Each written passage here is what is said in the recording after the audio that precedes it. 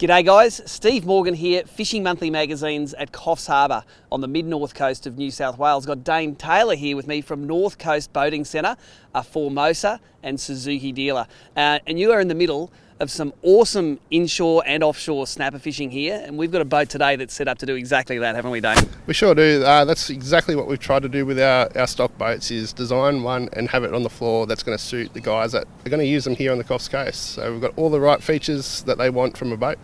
Now let's run through this. It's a Formosa hull, and Formosa have just recently, they've sort of modified their reasonably complicated hull range down to something simpler. Tell us what it's called and tell us about it. Yeah, you nailed it. They basically just simplified it. They've merged the Sea Rod and Tomahawk range into one easy to identify SRT range. And that's exactly what we've got here today.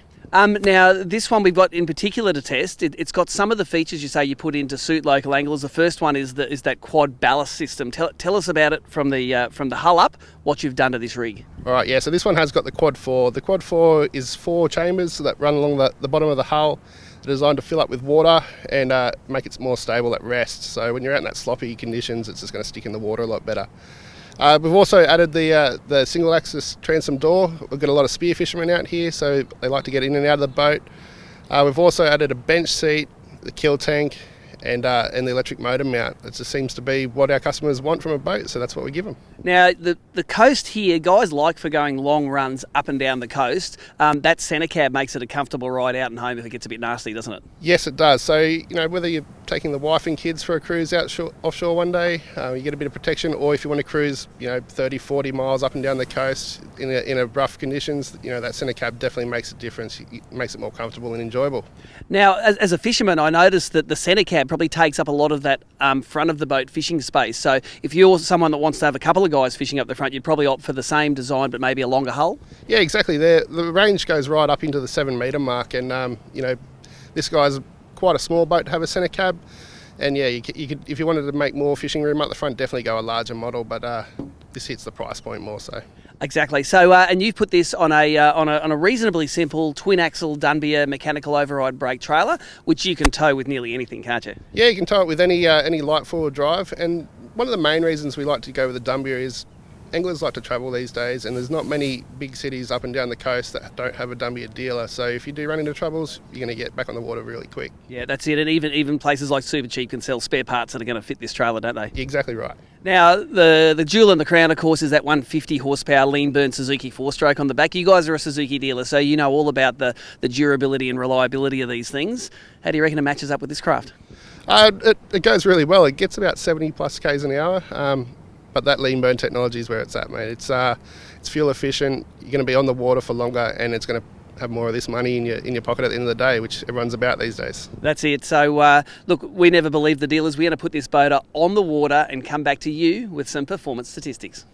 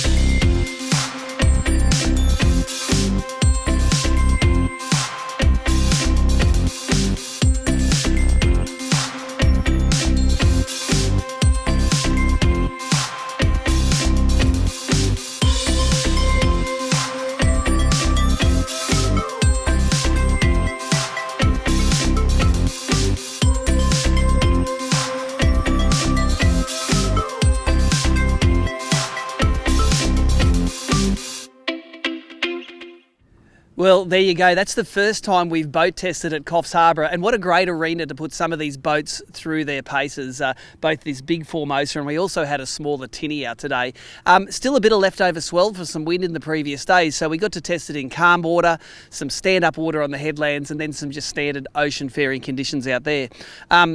This SRT 550 Classic Formosa, it's a really good package for the money. The package that we drive today is $59,990 for a full 5.5 metre centre cab plate aluminium boat built in southeast Queensland, and that's on the twin axle trailer that you can tow with any twin cab ute or even smaller.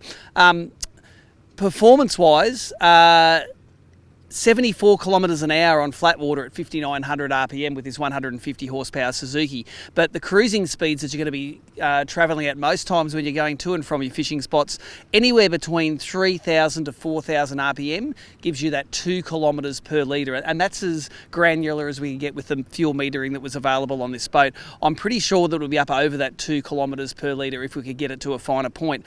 Cruising at 3,500 RPM goes 30 kilometres an hour using that 2 kilometres per litre. Now, with a 150 litre fuel tank on board, that gives you 300 kilometres of range when you're out on the water. And for most people buying this boat, that is going to be plenty for a big weekend away. In the rougher water, this is a very beamy boat with a 2.5 metre beam. It's actually 5.5 metres long, 2.5 metres wide. So my feeling is with this SRT hull, if you're in really rough water all the time, a longer hull in the SRT, maybe the closer to 7 metre hull with this hull configuration is going to ride a little bit better. This boat tended to ride over the swell rather than through the swell due to that beam.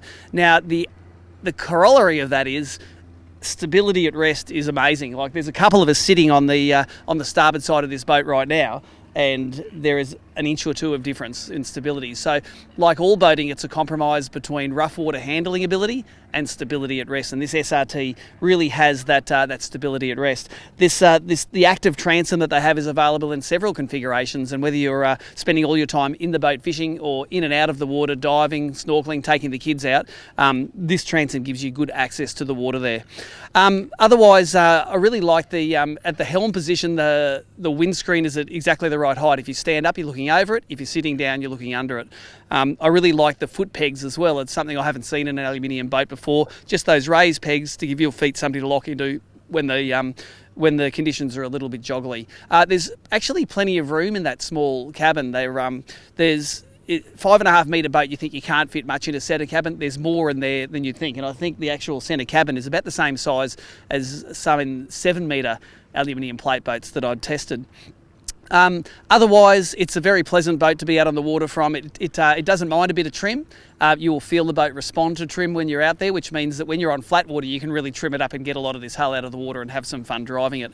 As I said, the package as we tested, $59,990, drive away from North Coast Boating Centre. If you want to save a few bucks, you can put the 140 Suzuki on it and get it for about $6,000 cheaper, $54,000. All you need to do is add your electronics, i.e. your Minn coder at the front and your sounder in the boat, and you will have a package price ready to go away. But make sure you go and you want to check one out, go for a test drive, see Dayne and the guys at North Coast Boating Centre, and they can point you in the right direction.